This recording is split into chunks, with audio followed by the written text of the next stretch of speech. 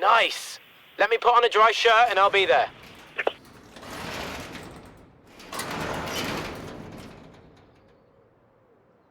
Wait, it can't be. That's a PLP 50. I've wanted one of these ever since I was small enough to fit in one of these. Come on, help me lift it.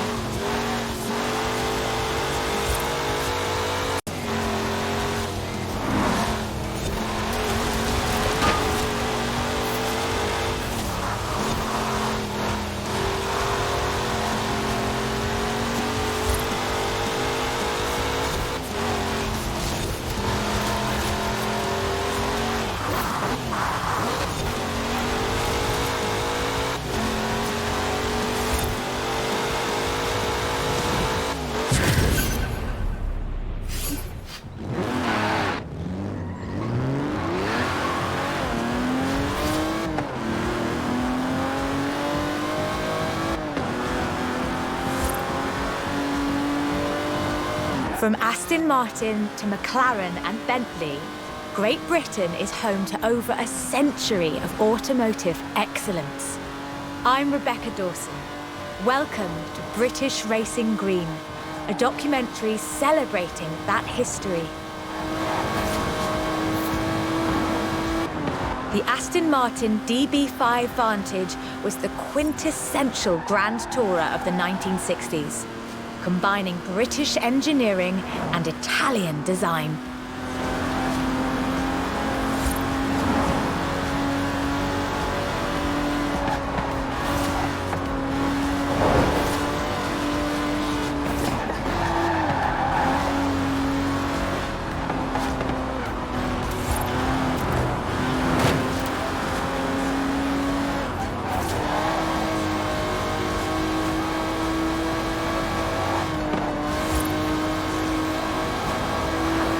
The Vantage featured side-draft carburetors and a refined camshaft profile, capable of a blistering top speed of 162 miles an hour in 1964.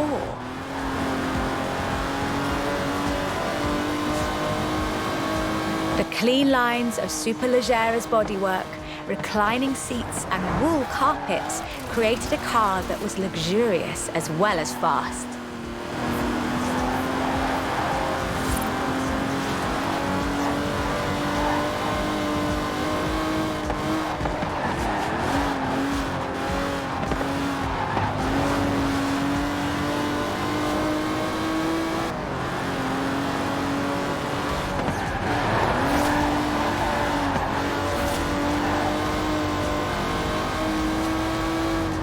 This car would form the basis for the DB range, with later cars improving on the design in many ways.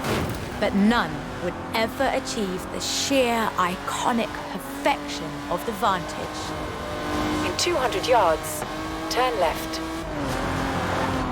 Turn left.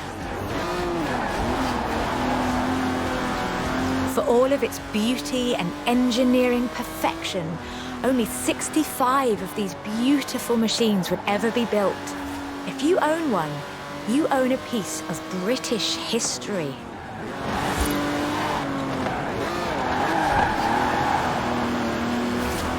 In 200 yards, you will arrive at your destination.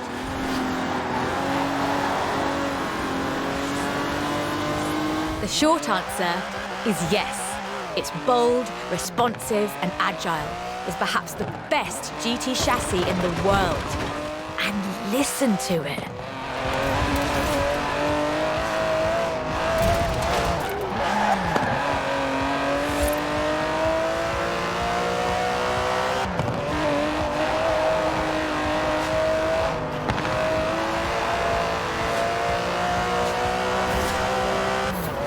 Able to hit 60 miles an hour in 3.5 seconds, the DB11's 5.2-litre twin-turbo V12 boasts a top speed of over 200 miles an hour.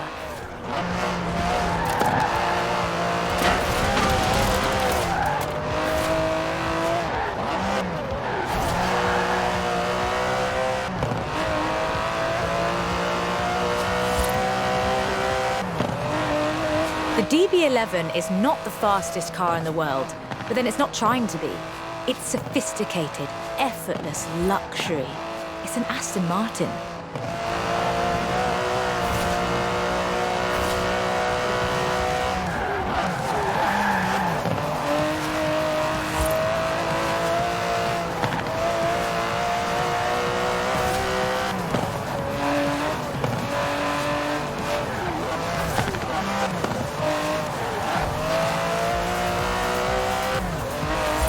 The DB11's front strakes channel air to create a virtual spoiler, providing downforce without compromising the car's clean lines. Brilliant.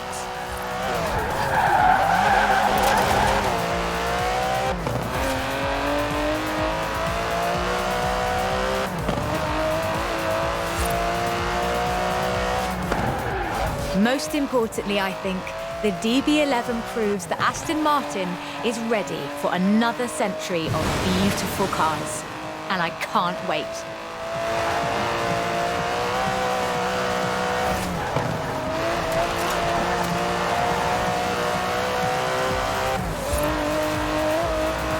Beautiful as they are, Aston Martins are only one of many cars made in the United Kingdom. Let's see what else is out there.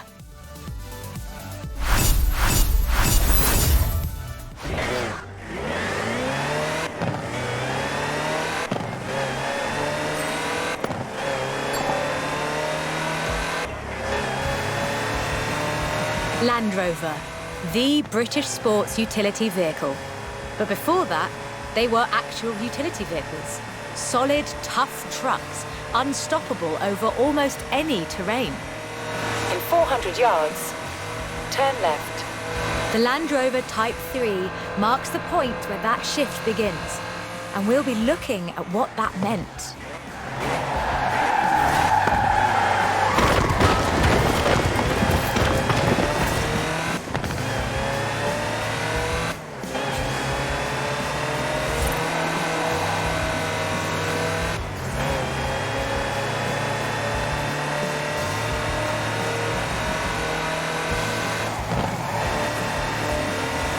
Land Rovers have taken on almost every task imaginable. They've been generators, tractors and ambulances. They've brought peace and carried medicines to disaster zones. They've even been buses. Over 500,000 Series 3s were built, and over 70% of those are still on the road today. They were extensively exported and built under license abroad. Belgium, South Africa, even Australia and New Zealand. With a robust chassis and signature Land Rover engineering, the Type 3 also marked the first time that buyers could choose interior options, like seat box protectors and cubby boxes.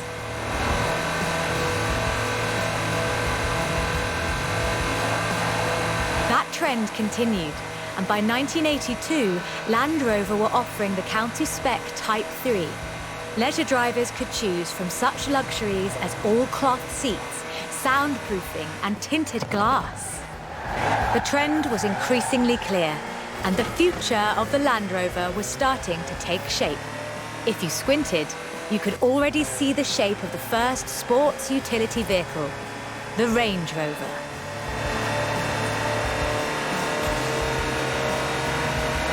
While the stock Type 3 would never be particularly fast uphill, there is almost no hill that it couldn't climb. Or down, for that matter, if you put a proper winch on it.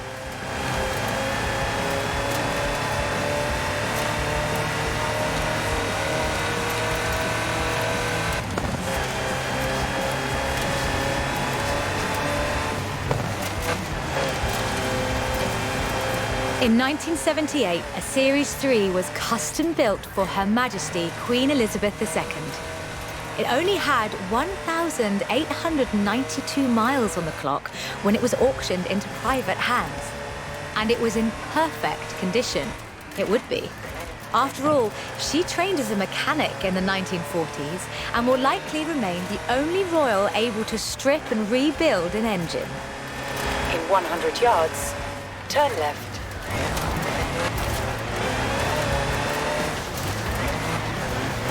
In 200 yards, you will arrive at your destination.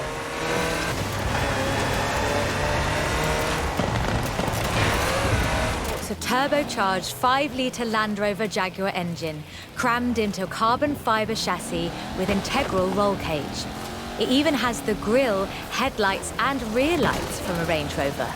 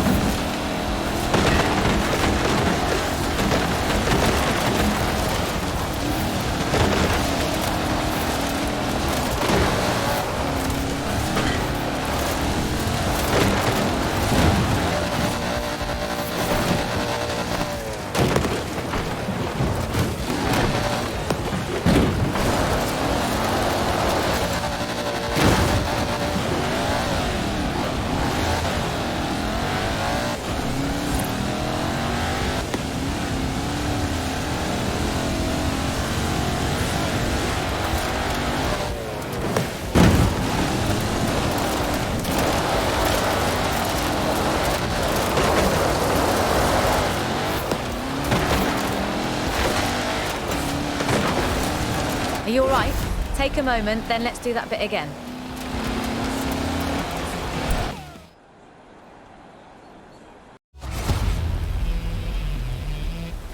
It sports a turbocharged 5-litre Land Rover Jaguar engine, crammed into a carbon fibre chassis with integral roll cage. It even has the grille, headlights and rear lights from a Range Rover.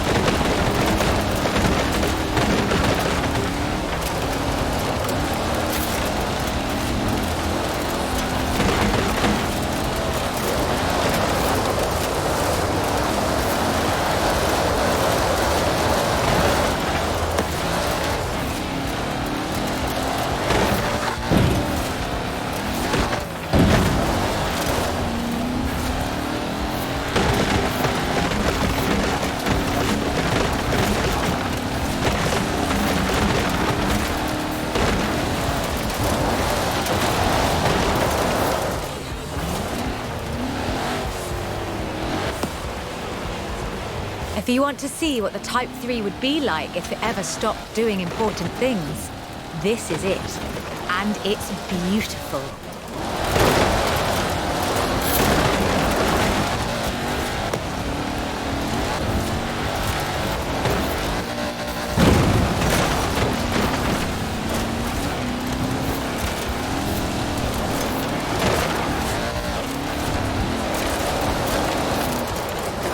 This is an all-terrain supercar. That's the only fair description for this. But that's what you get when you build an SUV with Land Rover DNA.